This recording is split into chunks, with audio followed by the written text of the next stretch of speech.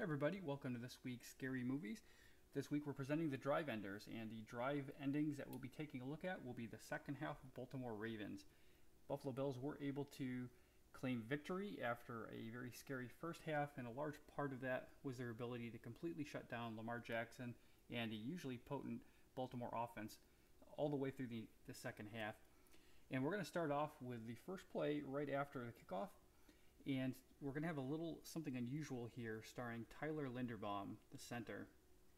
Now, in addition to this fairly hysterical snap to the man in motion, who is absolutely not prepared for it, you're going to see at the end of the play a little yellow laundry. So this was flagged, so you can read about this one, his other false start, and the offensive holding, as well as other fun penalty facts in this week's penalty recap. But what's unusual about this one is you don't usually see the center called for false start because they are, usually responsible for starting the play. But we can see that he is starting before Lamar Jackson. It's a good call, just a weird one.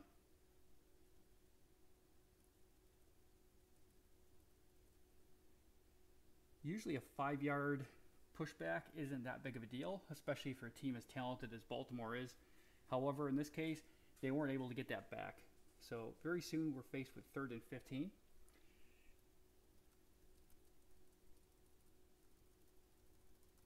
Now right from the get-go, you see some of the looks dropping back. Tremaine Edmonds is coming in though. The Ravens did not catch the pass rush very effectively, and now we have a foot race between Lamar Jackson and Tremaine Edmonds.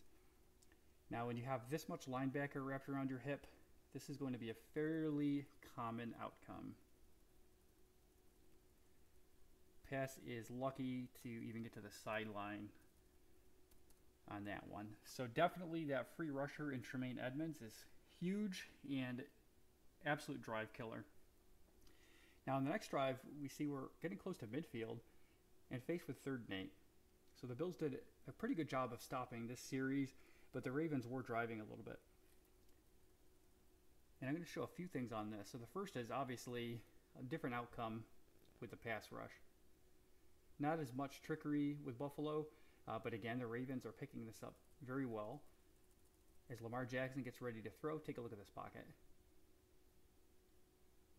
Plenty of room to do that.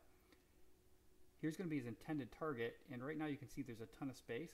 Let's rewind this a little bit and see how we got that much space.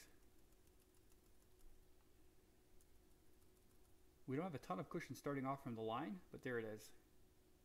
Plants the foot, kicks inside, late recovery, and this is wide open. Here's where the point of catch should have occurred. Now this ball placement is not perfect. This much stretching is not ideal, but I would say the Buffalo Bills are fairly lucky that this was not caught. We have our line to gain right up here just past the 50-yard line, and there's absolutely no way that if this is caught, this does not continue the drive. So the Bills do catch a break, but don't feel too bad about that, as number of drop passes in the first half on Buffalo's side, it was their turn to have a lucky break. Once again, the Ravens are about midfield, but this time the drive ends on 1st and 10. You probably see where this is coming.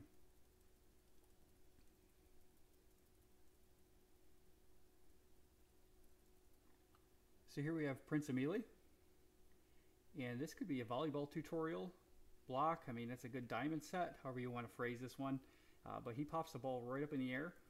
Let's rewind this just a little bit. We have another fairly straightforward pass rush. We have Shaq Lawson, we have Greg Rousseau. Both picked up fairly cleanly. This is tons of room for Lamar Jackson. So really this is all about angles, and you get your big guys up front and you time it well, and sometimes good things happen. This is definitely one of those times. Jordan Poyer spies it, comes down with it, drive over.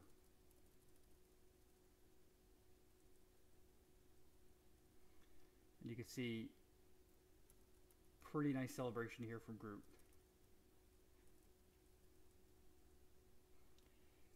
Now this is a play I actually highlighted in my GIF analysis for the week, and we're going to focus on Matt Milano, but of course feel free to take a look at everyone else on the play as they do their magic.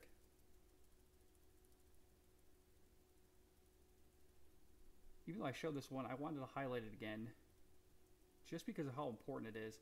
On second down with 1 yard to go, you have 2, probably 3 shots. We know Harbaugh did decide to go for it, on the fourth down, the later down.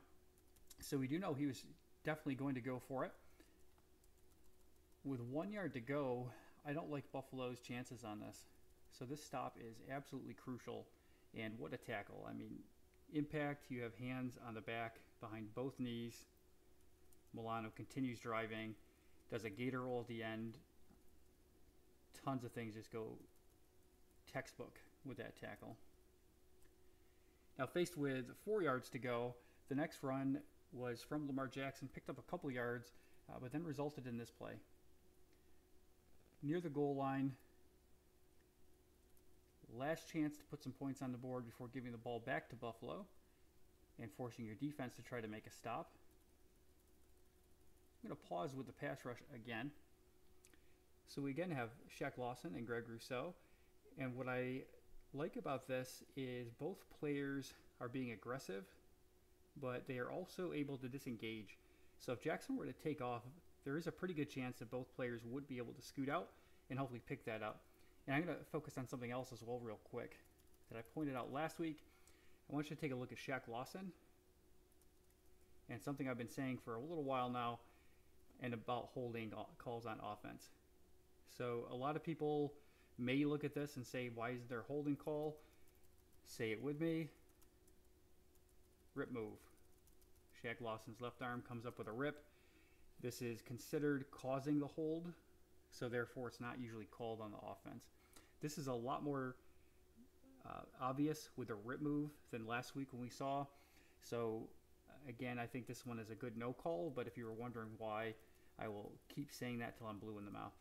Now, despite that, Shaq Lawson does come free. Rousseau starts coming free.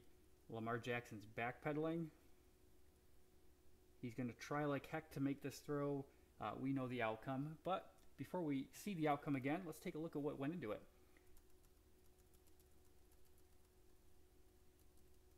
So back pretty close to the earlier stop, we have Jordan Poyer, who eventually makes the interception. And here we have where the ball will be going. Now initially, this doesn't look very successful for Jordan Poyer. He sees the mistake, turns around, and let's talk some math. Now, one of the things I have seen on social media is remarking at the speed of closing for Jordan Poyer, which I don't want to discredit here, but I do want to talk about the reality of the physics for a second. So the first off is, before Lamar Jackson's even throwing, he's still backpedaling. Jordan Poyer is already accelerating and driving towards the corner. So he is pretty much at full speed or pretty darn close to it at this point. And we're going to highlight at the point of release, which is right now. Now, it may not look like it, but the NFL field is just a bit over 50 yards wide. So it's pretty darn big. And from the hash marks to the sideline, you have 70 feet, which just a little over 23 yards. And we have Jordan Poyer probably somewhere in the middle of that. We have the target here where the ball is going, not quite to the sideline. So you're looking at a distance of 10, maybe 12 yards maximum between the two players. That is a lot of ground to cover, and when it comes to wide open, you're not going to find more wide open than a 10-yard gap. But let's do the quick numbers on Lamar Jackson. Now he's throwing from about the 19, 18-yard line, and the end zone is about 10 yards deep, which we see the target is pretty close to the back of that. So let's call that approximately, 28 yards. We could throw a little Pythagorean theorem in there, and we'll call that 30 yards. And that's really what we're looking at, is a 10-yard race versus a 30-yard race. So in order for this ball to be successful with a pass, you're going to need it to go 3 times faster than Jordan Poyer, who's likely able to hit 20 miles per hour-ish, give or take a little bit, which means the ball would need to be traveling over 60 miles per hour, which would be a hell of a throw. So while it is certainly impressive that Jordan Poyer closes and makes the interception, breaking down the math and the physics makes it seem a little more realistic. Still, credit to Poyer. He saw it. He closed. He knew exactly where that ball was going. victory Bills. You couldn't ask for anything more. Thanks for watching. I'll see you again next week.